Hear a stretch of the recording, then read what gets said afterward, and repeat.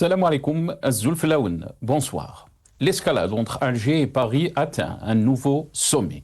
Cette fois, ce n'est ni un contentieux économique, ni un désaccord stratégique, mais un reportage télévisé qui met le feu aux poudres. Un numéro de complément d'enquête diffusé sur France 2, consacré à la crise franco-algérienne, a déclenché une tempête diplomatique. Alger dénonce une agression et un tissu de contre-vérité. Dans ce climat de tension, l'Algérie annonce avoir déclaré l'ambassadeur français Stéphane Romaté persona non grata. Une information en conséquence diplomatique majeure, pourtant révélée pas par un communiqué officiel du ministère des Affaires étrangères, mais par un chroniqueur de la chaîne étatique Al-24. Un procédé pour le moins inhabituel, qui entretient la confusion.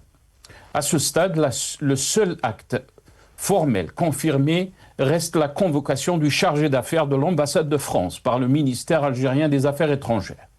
Une séquence révélatrice d'une diplomatie brouillonne, où l'annonce médiatique semble procéder l'acte institutionnel.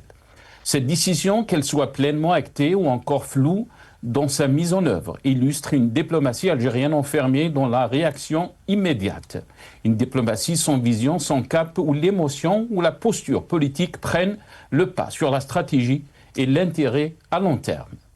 Depuis quand un reportage d'investigation devient-il un casus belli diplomatique? Depuis quand la liberté de la presse est-elle assimilée à une offense d'État? Cette crise n'est pas un accident isolé. Elle s'inscrit dans un contexte algérien marqué par des crises multiples, économiques, sociales, politiques et désormais diplomatiques.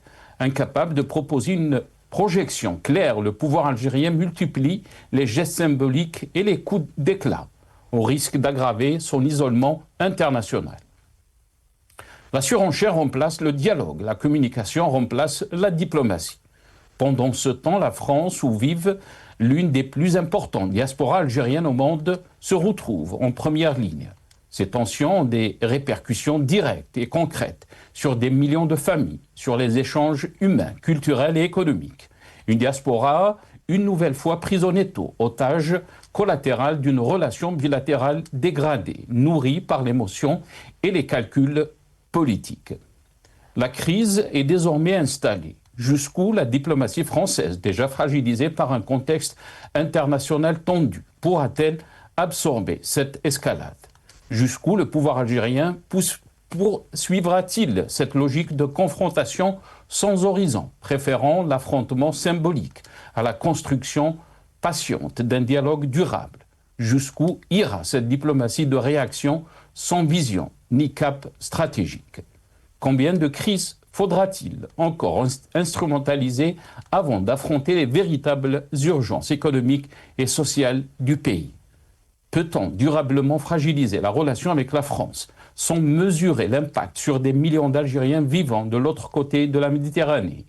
Et à force de confondre autorité, émotion et politique étrangère, l'Algérie ne risque-t-elle pas de s'isoler un peu plus au détriment de son propre peuple? Nous en débattrons avec nos invités de toutes ces questions, juste après cette petite intro.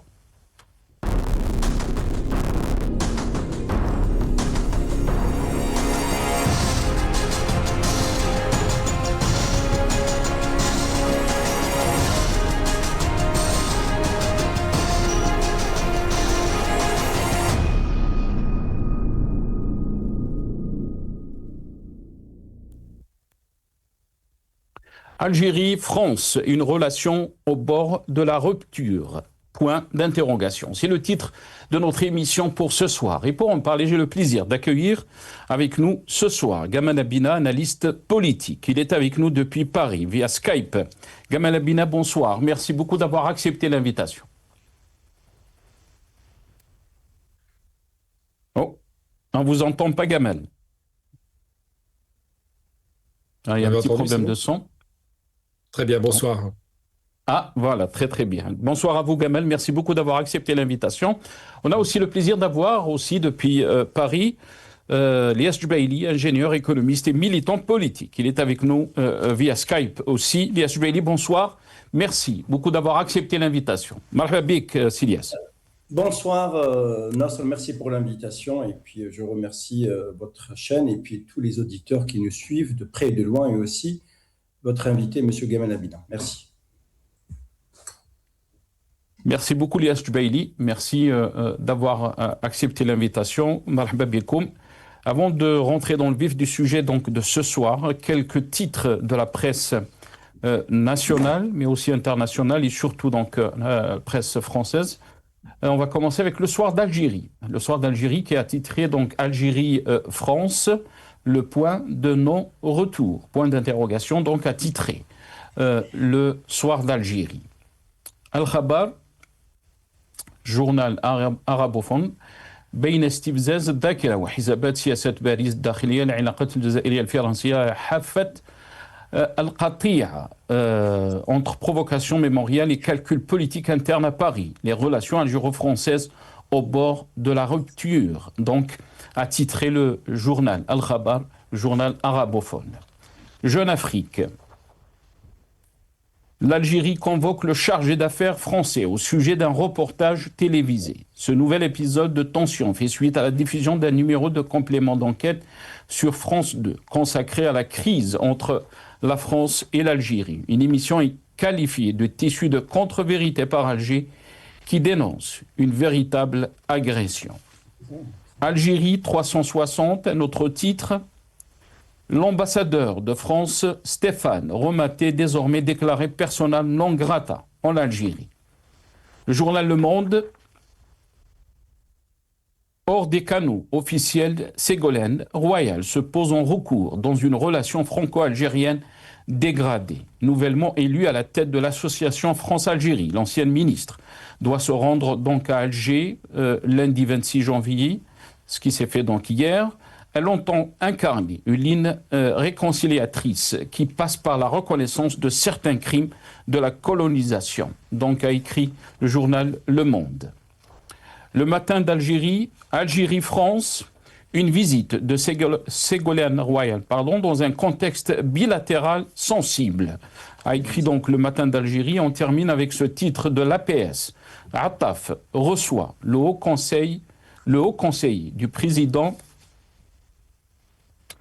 L'APS, Attaf reçoit, là vous êtes en train de voir donc le titre, Attaf reçoit le haut conseiller du président américain pour l'Afrique, les affaires arabes et le Moyen-Orient. Le ministre donc des Affaires étrangères de la communauté nationale à l'étranger, des Affaires africaines. Monsieur Ahmed Attaf a reçu donc mardi, aujourd'hui, au siège du ministre, le haut conseiller du président américain pour l'Afrique, les affaires arabes et le Moyen-Orient, monsieur Massad Boulos, qui effectue donc une visite officielle en Algérie, indique un communiqué du ministère.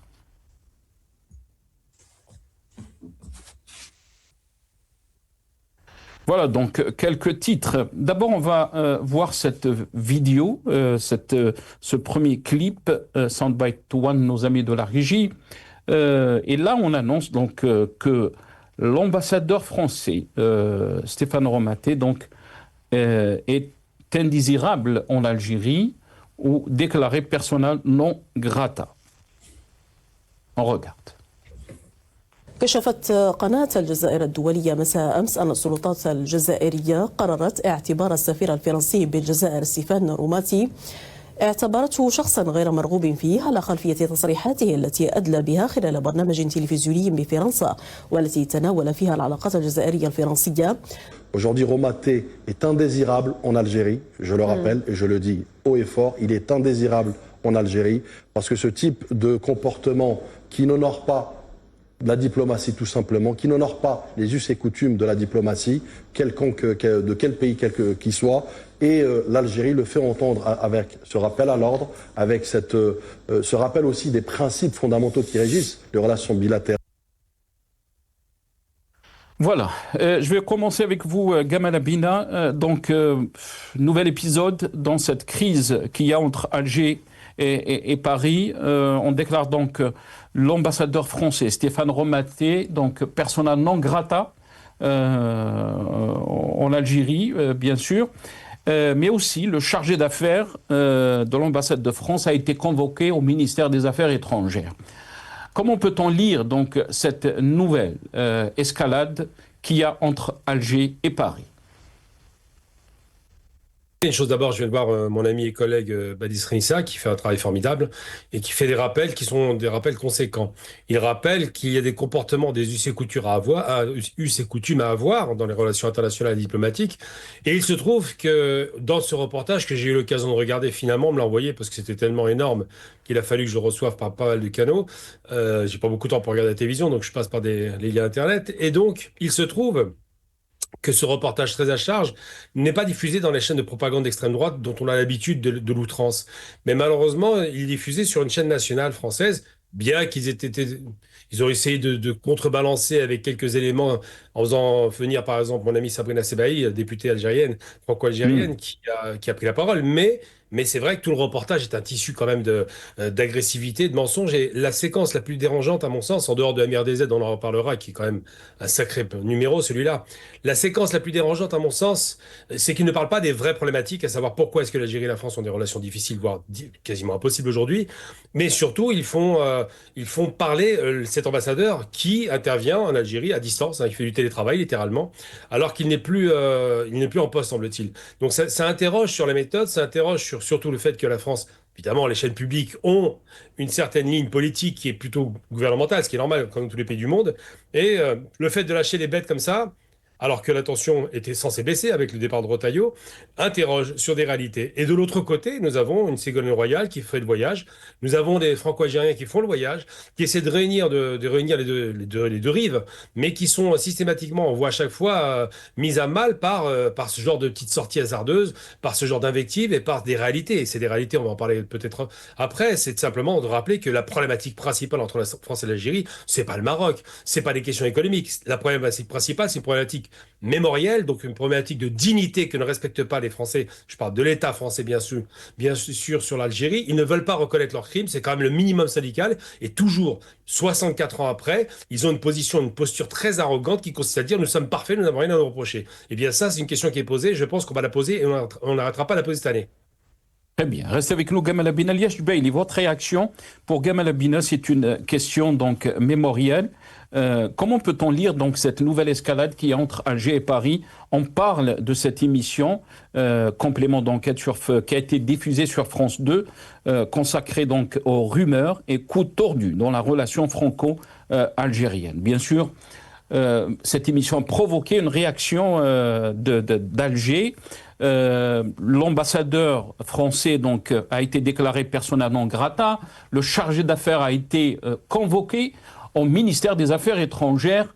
Est-ce qu'on est au bord de la rupture, comme l'a titré le journal Le Soir d'Algérie, le point de non-retour? Liège Beyli. Tout d'abord, moi je suis né en Algérie. J'ai fait mes études en Algérie, aussi bien dans le collège, le lycée, l'université, et je suis venu en France en tant que boursier. Donc je suis bien placé en Algérie. Je suis bien placé pour savoir sur le sujet de la question mémorielle. Donc, voilà, question mémorielle, on l'a étudiée en arabe.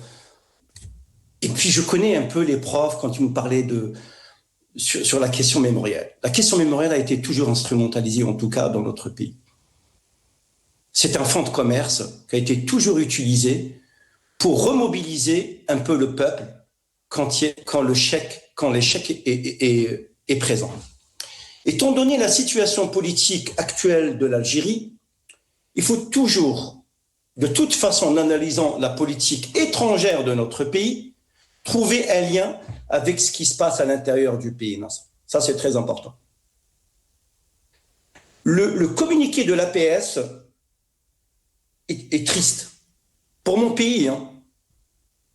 Et personne n'a le droit de me parler du patriotisme et de l'algérienité de n'importe quel citoyen. Parce que tous on est algériens.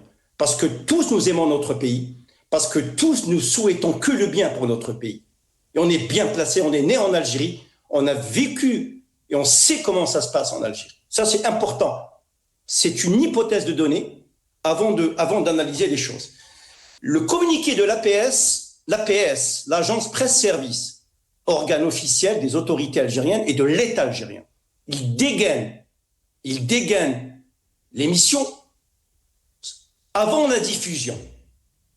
Avant la diffusion. Et ils spéculent sur le titre. C'est inquiétant, avec la spéculation sur le titre. Moi, je l'ai écouté aussi succinctement. Complément d'enquête, c'est vrai, a été diffusé par une chaîne publique française. Donc, si on nous dit un habillage extrême droite, il y a Retailleau, il y a ceci, il y a cela, ils font fausse route. Quand j'ai entendu Madame Sbaihi, écologiste, et qui dit que le régime algérien n'est pas autocratique, il n'est pas autoritaire. Madame Sbaihi, Elias Djbaï, il est juste pour ceux qui nous regardent. Madame Sbaihi est députée franco-algérienne. Tout à fait. Elle est députée écologiste franco-algérienne de sensibilité de gauche. Donc elle connaît c'est quoi l'égalité, elle connaît c'est quoi la démocratie. Elle a dit non. L'Algérie est une démocratie. Et le régime, il n'est pas autoritaire ni autocratique. Et que moi, j'ai parlé avec des parlementaires. Moi, je sais les parlementaires en Algérie. Quand j'étais très jeune, je savais, pas tous, mais certains parlementaires, pour arriver à leur poste, ils utilisent tous les moyens pour arriver à l'Assemblée. Donc, on sait comment ça se passe dans notre pays. Nous sommes issus de ce pays. Nous sommes nés de ce pays. Nous avons le monopole et nous avons la légitimité de décortiquer la situation de notre pays. Même si on est loin, on est franco-algérien ou pas, on l'est devenu, mais on ne peut pas rentrer, mais on sait ce qui se passe dans notre pays. Quand elle dit que le régime algérien, le régime de Abdelmajid Tebboune, il n'est pas autocratique, il n'est pas autoritaire. Il rétorque le journaliste en lui disant, écoutez, il y a dans le journal économiste, l'indice de démocratie, notre pays, l'Algérie, classé 110e. Et après, elle dit, je ne suis pas sur place, je ne peux pas savoir, je ne suis pas sur place. Il y a un rétropédalage. Elle vient de découvrir. Nous, on ne découvre pas. Nous cherchons parce que nous aimons notre pays, parce que nous souhaitons que le bien de notre pays. C'est que le pouvoir algérien ou le régime algérien, d'ailleurs, je dénonce certains propos dans le complément d'enquête. Je dénonce le propos, on n'a pas le droit, et je dénonce, et je le dis sur votre chaîne, c'est-à-dire de dénoncer, de dire que le président Abdelmajid Tebboune, le chef d'État, moi je le plutôt chef d'État, pas président, le chef d'État Abdelmajid Tebboune, attention, on n'a pas le droit, je dénonce et je désapprouve formellement de dire que Abdelmajid Tebboune est voyou. Attention, là vous attaquez non seulement à une personne physique, atteinte à la personne physique et morale, et aussi les institutions et l'État algérien. Sur ce côté. Mais c'est ce qu'a dit l'APS. C'est ce qu'a dit l'APS. Je vais lire donc ce qui a été relayé par l'APS, dire que ce n'est ni une enquête, ni un travail d'information équilibré, mais une entreprise de désinformation méthodique, où l'Algérie sert de cible obsessionnelle et de fonds de commerce médiatique. Vous savez, le complément d'enquête, c'est des journalistes qui ont décidé, maintenant, plutôt moi je m'interroge sur le timing maintenant. Pourquoi maintenant, à la veille du départ de Ségolène Royal en Algérie, pour réconcilier, résoudre, je ne sais pas qu'est-ce qu'elle va résoudre, Madame Royal, avec toute l'empathie, avec tout le respect que j'ai pour cette dame, même pour Arnaud Montebourg qui était dans cette association. Je pense que les relations sont exécrables entre la France et l'Algérie. Je pense que la brouille diplomatique brouille les relations entre la France et l'Algérie. Parce qu'il y a des baisses des échanges commerciaux, parce qu'il y a une raréfaction des délégations d'entreprises des deux côtés. C'est parce que notre pays ne sait pas manœuvrer. Le régime ne sait pas manœuvrer. Quand un parlementaire, je ne vais pas donner son nom, qui dit, écoutez, nous allons pondre une loi sur la colonisation en Algérie. Moi, je suis pour cette loi, mais pas maintenant. Mais pourquoi le timing maintenant? Mais après, vous pendez une loi et vous retranchez 13 articles. On se demande, c'est quoi cette façon de... Moi, ce qui m'intéresse maintenant, comment sortir notre pays, le mettre sur le rail de la démocratie? Comment relancer l'économie? Vous avez vu qu'un économiste chiffré, et je l'ai dit, qu'il a dit que le projet de Rajbiat n'est pas rentable. Il est où? Il se trouve nulle part, le pauvre, même sa famille le cherche. Vous savez très bien, pour faire 950 km, Il faut passer par la question de la mécanique des sols, la question des remblais, la question des sols. On va revenir. On va rester dans le sujet d'aujourd'hui. Juste pour l'information que vous avez donnée, on ne peut pas confirmer l'information dont vous êtes en train de parler sur la personne qui a été, entre guillemets, kidnappée. Donc on ne peut pas confirmer cette information. Vous êtes responsable de ces déclarations. Liège Bey, restez avec nous parce qu'on aimerait revenir un peu sur les séquences de cette émission, complément d'enquête. On va regarder ces extraits et je reviens à vous juste après. Auprès de son équipe restée sur place, il prend des nouvelles fraîches d'Alger et de ses dirigeants. Le président Tebboune, on sait que les rumeurs circulaient sur son état de santé pendant le mois d'août. Donc là, je l'ai vu sur la tribune, debout, prononcer un discours de plus d'une demi-heure. Donc il est dans l'état de santé normal d'un homme de son âge. Il y a de quoi. Nous avons pu consulter une note classée secret défense. Elle émane du contre-espionnage français et décrit les pratiques des espions algériens. Dans ce document sont racontées ce que seraient les méthodes des services algériens pour obtenir des informations sur ceux qu'ils visent. Les services de renseignement algériens ciblent volontiers des fonctionnaires binationaux, principalement au sein des ministères régaliens, par l'intermédiaire desquels ils obtiennent l'accès à des bases de données souveraines. Alors qui a commandé cette opération? Pour moi, qui a commandé cette opération, bien sûr, s'il n'y a pas l'accord du Tebboune, le président algérien, Abdelmajid Tebboune, personne ne peut faire ce scandale comme ça. Parce que Tebboune, c'est un voyou. Nous avons joint l'élu qui aurait été victime de ce coup de pression. Elle ne sait pas qu'elle est enregistrée. Si elle refuse de certifier le récit du rendez-vous, elle nous confirme avoir été approchée par les services algériens. Et d'après son témoignage, elle est loin d'être la seule. En fait, ce que je peux vous dire, c'est qu'effectivement, il y a énormément d'élus locaux qui ont été approchés par les consulats. Et puis, on va rappeler à ces élus qu'ils sont les enfants de l'immigration algérienne, qui sont les enfants d'Algérie, et donc ils ont un devoir vis-à-vis de l'Algérie, vis-à-vis de leurs ancêtres, de prendre parti pour l'Algérie. Et puis, s'ils font ça, quelque part en Algérie, on leur promet de leur ouvrir toutes les portes, quoi. Voilà, donc quelques extraits de cette émission Compliment d'enquête qui a été diffusée par France 2. Rappelons donc le communiqué du ministère des Affaires étrangères contre la chaîne France 2. On regarde. Le chargé d'affaires de l'ambassade de France à Alger est reçu hier au siège du ministère des Affaires étrangères, consécutivement à la diffusion par la chaîne publique France 2 de ce qui est abusivement présenté comme un documentaire, mais qui n'est en réalité qu'un tissu de contre-vérités profondément enfonçantes et inutilement provocatrices. Il a été fait observer aux diplomates français l'extrême gravité de ce qui suit. Premièrement, la responsabilité d'une chaîne de services publics français dans cette véritable agression contre l'État algérien, ses institutions et ses symboles. Une agression que cette chaîne publique ne se serait jamais autorisée sans la complicité ou à tout le moins l'assignement de sa tutelle publique. Deuxièmement, contrairement à toutes les pratiques et coutumes diplomatiques, la contribution de l'ambassade de France à Alger et celle de l'ambassadeur personnellement à l'animation de cette campagne outrageante menée par cette chaîne publique renforce le sentiment que celle-ci a bénéficié d'une autorisation de service officiel français.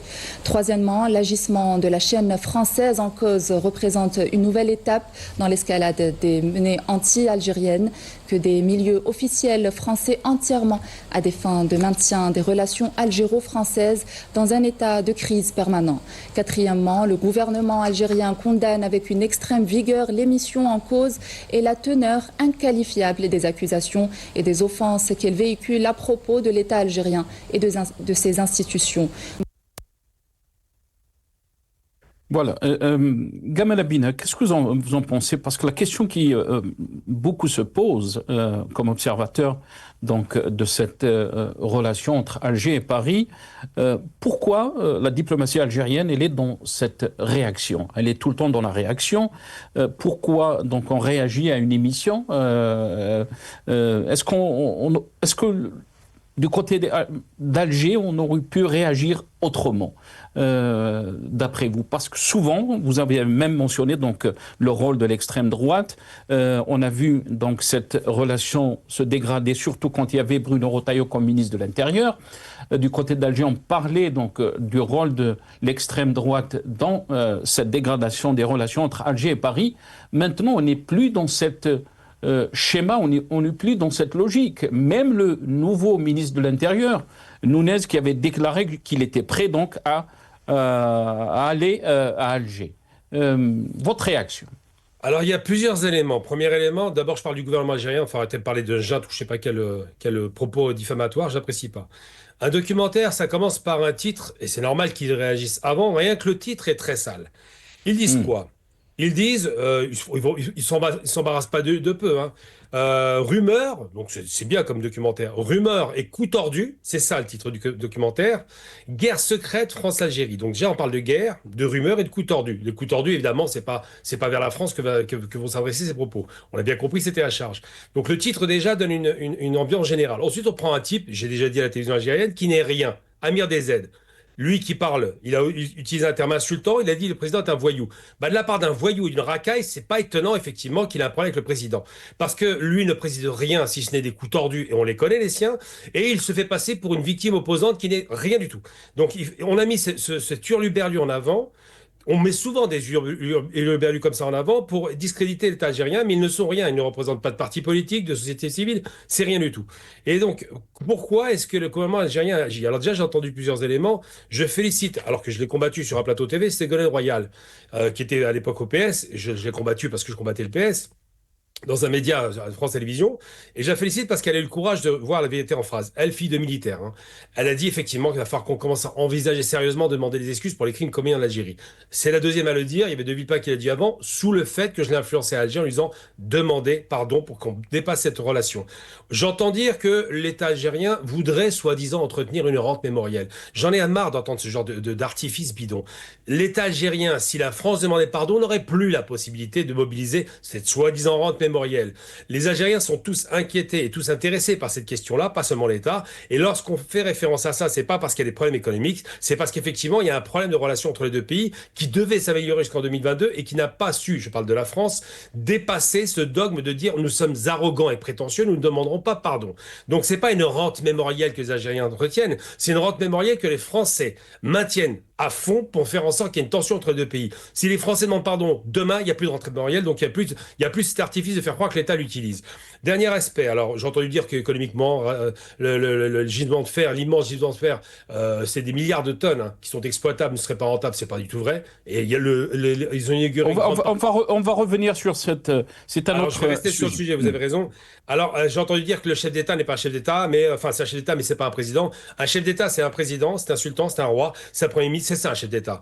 Ensuite, j'entends aussi qu'il y aurait, dans le documentaire, soi-disant, des responsables algériens qui se rapprochaient des élus. Quand bien même ce serait vrai, imaginons que ce soit vrai. Et alors ? Est-ce que ça dérange de voir le lobby marocain se rapprocher de tous les élus marocains et faire tous les ans un grand messe comme ça où ils les réunissent dans un club qui est très connu d'ailleurs, un club de l'autorité publique, Eugène Delacroix, dans lequel ils réunissent tous leurs élus. Pas de problème avec ça. Est-ce que ça dérange de voir que Rachida Dati, il va travailler pour son pays d'origine, le Maroc, en faisant des pressions, elle est poursuivie pour ça d'ailleurs, avec, semble-t-il, des affaires de malversation et peut-être de corruption, pour obtenir de Carlos Ghosn, l'ancien DG de Renault, une installation de l'usine Renault au Maroc. Est-ce que ça dérange quelqu'un? Ça ne dérange personne. J'aurais aimé un documentaire à charge par rapport à ces méthodes sur le Maroc ou sur d'autres pays. D'ailleurs, on peut parler d'Elnet par rapport aux sionistes qui sont vraiment ultra présents à l'Assemblée, une centaine de personnes sous influence israélienne. On peut parler des lobbies américains qui mettent le paquet pour prendre des sociétés françaises. Donc le fait de reprocher aux Algériens de commencer à mobiliser, ce qui est normal, sa population binationale pour infléchir une position extrêmement agressive de la France, c'est logique. Et on dit quoi? On dit et même, est-ce que c'est logique aussi de menacer les militants politiques, les militants qui Alors, sont ça, c'est un mensonge. peut-être Personne ne menace. Ça, c'est un mensonge. Personne ne menace personne. J'aime pas ces mensonges. On peut dire que l'Algérie a des défauts, c'est comme tous les pays du monde. Je le rappelle, c'est pas un pays parfait comme tous les pays. Mais de là à parler de menaces, c'est des mensonges. Ce que je reprocherais moi peut-être aux Algériens, c'est de pas être assez offensif pour avoir une présence sur le territoire avec une sorte de lobby. Mais c'est difficile à faire parce qu'évidemment le passé est le passé. Mais de là à dire qu'ils menacent, c'est du baratin. C'est pas parce qu'Amir DZ dit n'importe quoi. Vous écoutez ce reportage, c'est tellement ridicule qu'il y a de quoi rire. 2 filles qui le voient à la fin. Qui c'est? Ah, on ne savait pas qui c'était. Oh, une star. Oh, on a peur. Mais c'est pathétique de mensonge. Donc, faut être très clair. Moi, je soutiens totalement Sabrina Sebaï dans ses propos et je la félicite de tenir ses propos. Elle a raison. On ne juge pas notre pays. On peut ne pas être d'accord sur certaines orientations économiques, quoique, il y a quand même une croissance à 4 points depuis quelques années quand même, donc ça va, on se débrouille bien, on fait 4 fois mieux que la France. Mais on ne peut pas commencer à dire junte, machin, toutes ces imbécilités, c'est bon, laissons ça aux ennemis. Puis l'autre, est-ce que c'est normal aussi, Gamal Abina, puisque vous avez parlé de Badis Renissa qui avait annoncé dans cette émission sur la chaîne Al24, vous étiez vous-même chroniqueur dans cette émission, c'est lui qui avait annoncé que l'ambassadeur français Stéphane Romaté était donc déclaré persona non grata en Algérie. Est-ce que c'est normal, Gamal Abina? Est-ce que une décision pareille peut être annoncée comme ça par un chroniqueur alors qu'il s'agit d'un ambassadeur, des relations entre Alger et Paris? C'est parfaitement normal parce que L24 est une chaîne internationale qui a des intervenants politiques et des intervenants économiques qui vont sur la chaîne de façon récurrente et qu'il est normal que des messages puissent passer par ce genre de plateforme puisqu'elles sont internationales. Badis Renissa est entre la France et l'Algérie, il est donc très bien placé pour en parler et d'ailleurs quand il le fait il est courageux parce que ça peut être problématique mais bon il le fait tout de même, je l'en félicite, mais il est normal que nous soyons nous en tant que franco-algériens ou binationaux ou pas d'ailleurs, soyons dans une position où on communique et je pense que quand il reçoit un communiqué de l'APS ou d'autres instances effectivement de communication classique en Algérie, je veux dire, il n'y a pas de mystère là-dedans, et qu'ils le disent oralement, c'est qu'effectivement, il y a des raisons de le répercuter par une chaîne internationale.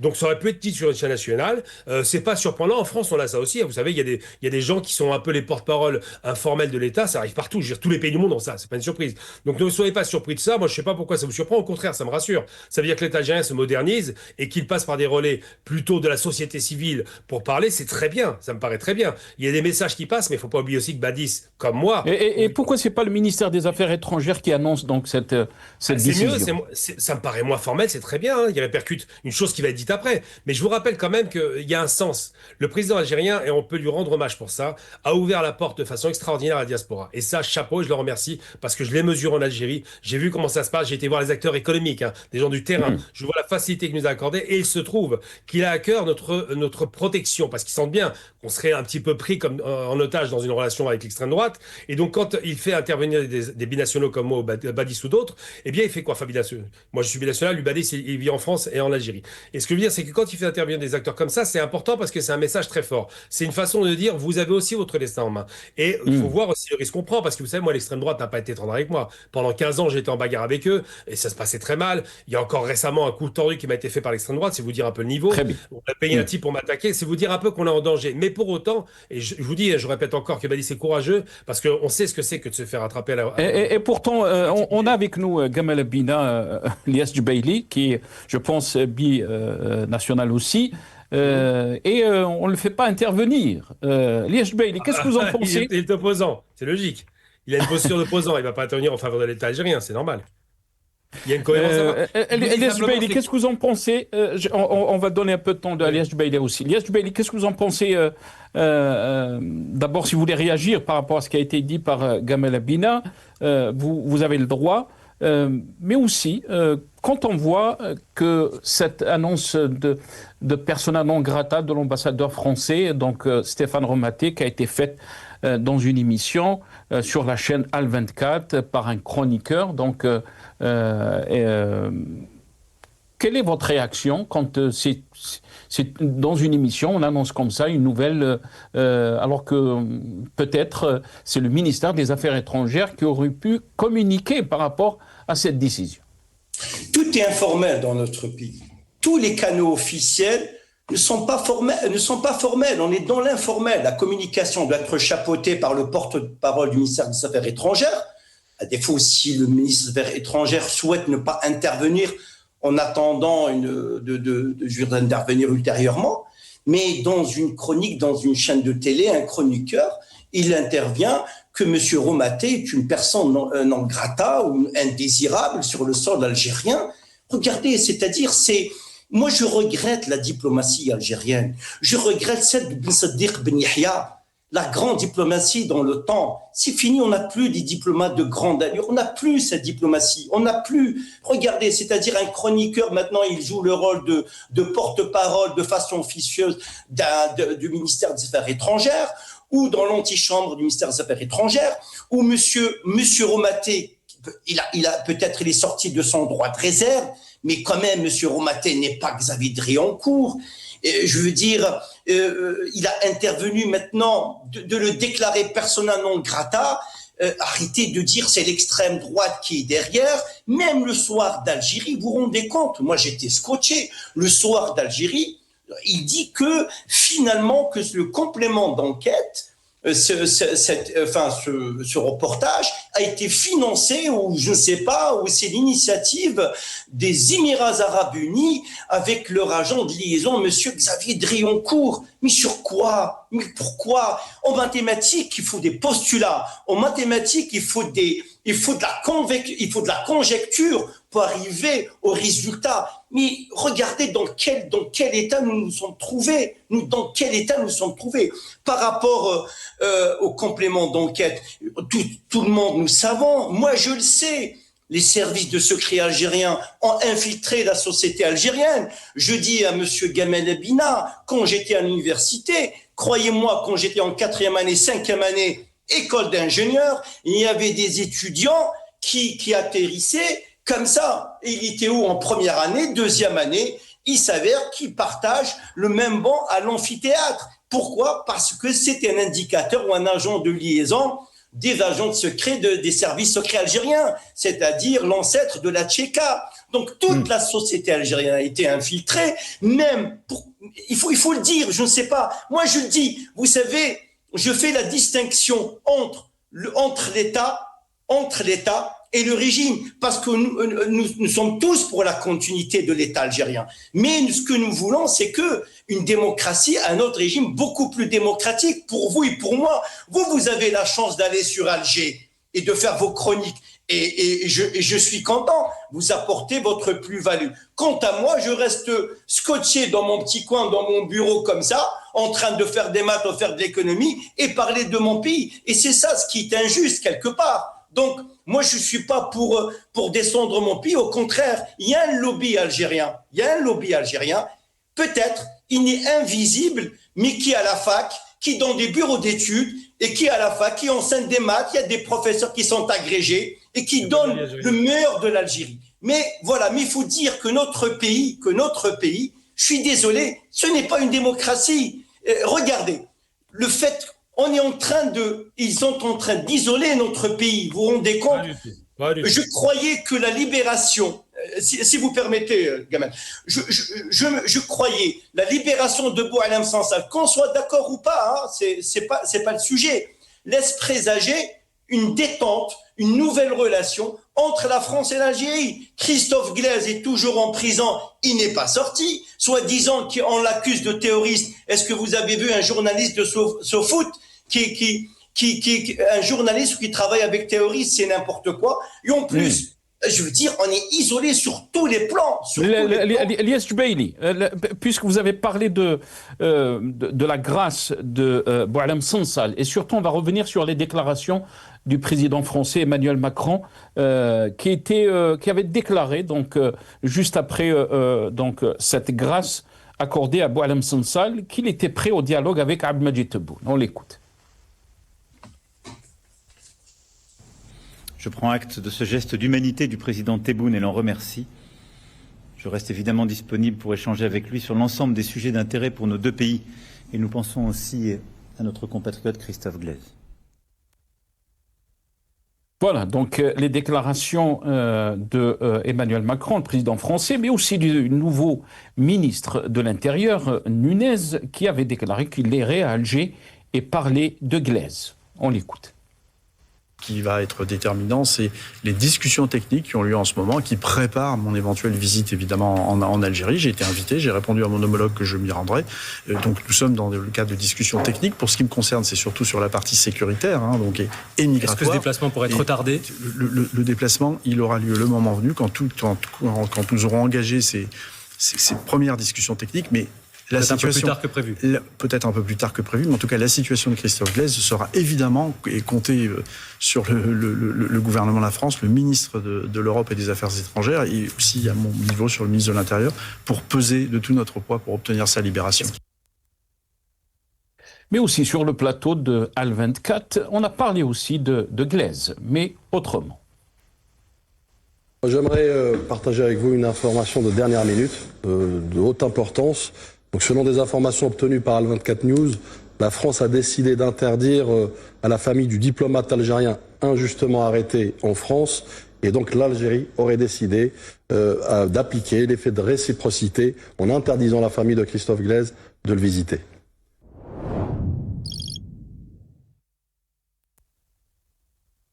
Gamal Abinay, on pensait que peut-être qu'on était dans l'apaisement, puisque on a fait voter, puisque vous parlez de mémoire, on a fait voter donc cette loi criminalisant la colonisation française.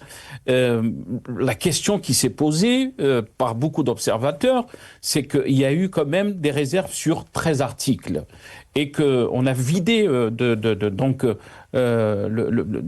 cette loi de son sens, puisqu'on ne parle plus d'excuses, et vous avez mentionné ça, et on ne parle plus aussi de réparation.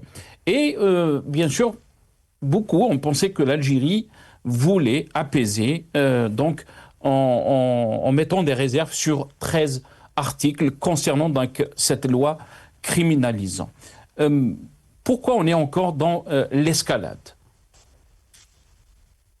Que l'escalade est toujours française, je rappelle quand même. C'est quand même eux qui font les coups tordus.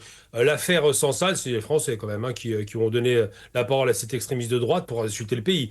L'affaire Glaise, alors c'est marrant parce qu'on essaie de le disqualifier. Je ne sais pas ce qu'il en est. Moi, je rentre pas dans le dossier parce que je ne le connais pas, que je ne sais pas ce qui s'est passé en détail et que je ne vais pas donner un sentiment. Par contre, de là à dire le pauvre journaliste qui est sportif et ce qu'il aurait pu, j'ai un autre journaliste soi-disant qui était un grand aventurier qu'on a connu, qui s'appelait Philippe de Dieu-le-Veut dans le jeu La Chasse au Trésor, qui va donc être pris dans le fleuve Congo et qui va être exécuté, s'avérait être un agent des services de renseignement français.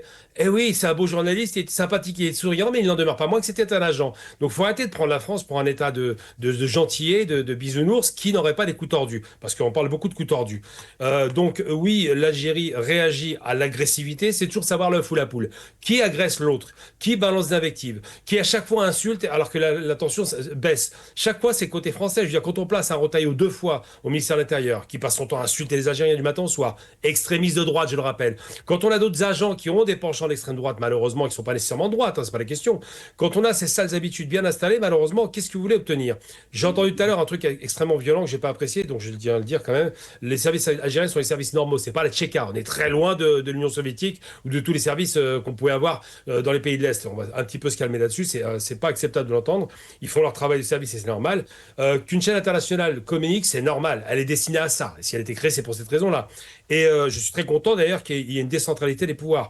Je rappelle qu'en France aussi, on passe par d'autres canaux, pas nécessairement d'État, pour passer des messages. On peut passer par des artistes, ça a déjà été fait plusieurs fois. Mais j'entends aussi qu'on a une Ségolène Royal qui s'inscrit dans cette démarche de vouloir recoller ce qui a été détruit par la partie française, rappelons-le. Je veux dire, les Algériens, jusqu'en 2022, tout se passait bien. Mais il y a une chose qui bloquait, c'est que Macron n'avait pas le courage politique de dire on va condamner la colonisation, on va demander pardon. C'est ça la problématique. Il faut arrêter d'inverser les trucs. Vous parliez par exemple à chaque fois qu'il y a un coup fourré. Là, ce reportage a été commandé. Il a été validé pour une chaîne nationale. C'est pas rien. C'est pas un reportage équilibré. Je l'ai vu en entier. Dans son entier, c'est un reportage extrêmement à charge. On parle d'agents secrets qui influenceraient des élus. On parle d'un émir des aides qui insulte le président. Quand même, il y a quand même un minimum à avoir. On présente au moins. C'est un reportage monté. Ils auraient pu virer le passage ou déséquilibrer, insulter un président. On parle de coups tordus, on parle de gens qui sont corrompus, on parle d'enlèvement, on parle d'actes de piraterie quasiment. C'est quand même extrêmement grave. Et le seul moment où on rééquilibre un peu la chose, il y a un intervenant sur le reportage dont je n'ai pas retenu le nom, qui rappelle le passé quand même, parce que le passé ne passe pas, évidemment.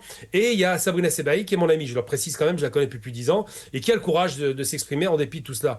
Moi, je pense que si on veut rééquilibrer, il faut faire un effort. J'ai travaillé, et je serai toujours collaborateur avec les médias algériens, parce que j'en suis fier, tout comme j'ai fait avec des médias internationaux, internationaux. Et je considère que le message qui doit passer, je suis en toute liberté là-bas. Il n'y a pas de problème. Personne ne me donne de directive. Je dis ce que je pense. Et je pense que la France s'honorerait enfin, et je l'ai dit à De Villepin à Alger, à la fac de sciences, devant tous les médias algériens, s'honorerait enfin à demander pardon pour les crimes perpétrés durant 132 ans. Il faut quand même voir, et je tiens à le préciser, il faut l'entendre, que l'histoire coloniale française, j'ai appris à l'école, hein, d'accord, j'ai appris dans cette farce, c'est une page qui parle que de la décolonisation et de la guerre d'Algérie, dont on parlait d'événements, on ne parlait même pas de guerre. Il ne parle pas de l'entrée barbare des Français pour 1 million de morts sur le territoire algérien, il ne parle pas de l'épopée des milliardaires, il ne parle pas des résistances, il parle de rien. C'est même moi... Et pourtant, cette loi qui a été votée... Gamal Abine, je vais vous rendre, parce que vous avez dit, vous avez parlé d'excuses. Cette loi a été votée, et il y avait des réserves sur 13 articles. Et parmi ces articles, on ne parle plus d'excuses et on ne parle plus de réparation. Je vais vous raconter un truc à titre personnel. J'étais en 3e pour passer le BEPC, j'étais très jeune, d'accord. J'ai rédigé un texte dans lequel j'ai fait référence, c'était la première fois, c'était dans les années 80, au 8 mai 45 que mon père m'avait enseigné, parce que mon père est un homme lettré et intelligent.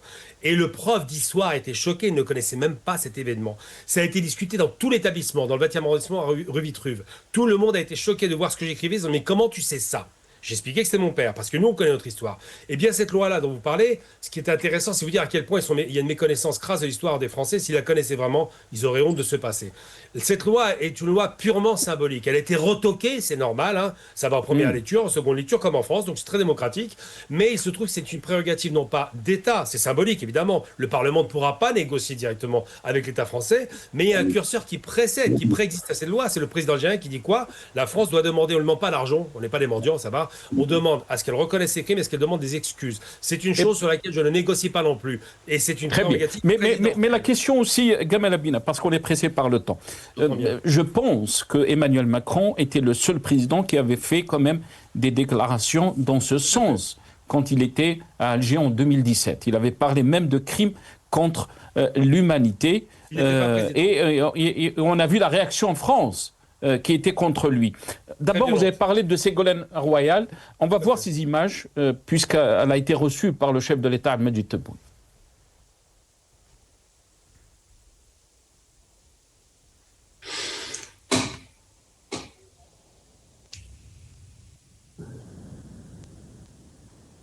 Oui. Ouais.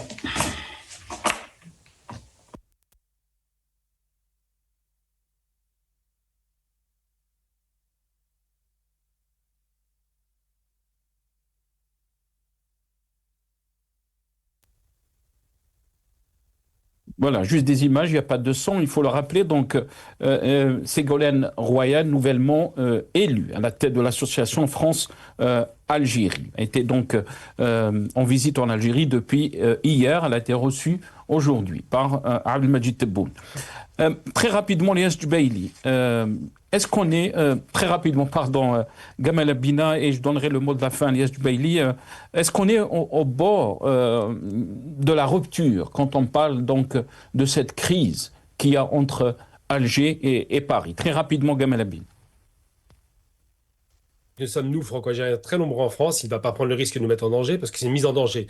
Et je dis simplement, c'est qu'on a toujours été en tension avec la France. C'est pas d'hier. Que Royal qui arrive là-bas, quand on se parle entre gens civilisés, ça se passe très bien. Et que je vais aussi faire mon travail de mon côté pour essayer d'influencer un peu ces politiques parce que j'ai beaucoup d'amis élus qui ont été impactés récemment. Là, il y a une vraie fronde anti-algérienne violente et des menaces, je ne vous le cache pas, sur des amis élus qui en prennent cher à cause de ce reportage. Donc il faut maintenant être capable de faire front commun et rappeler effectivement que si on veut dépasser ces rancœurs et cette haine tenace que certains de France ont encore entretenue, eh bien pour dépasser cela, il faut que les dirigeants soient à la hauteur et demandent pardon.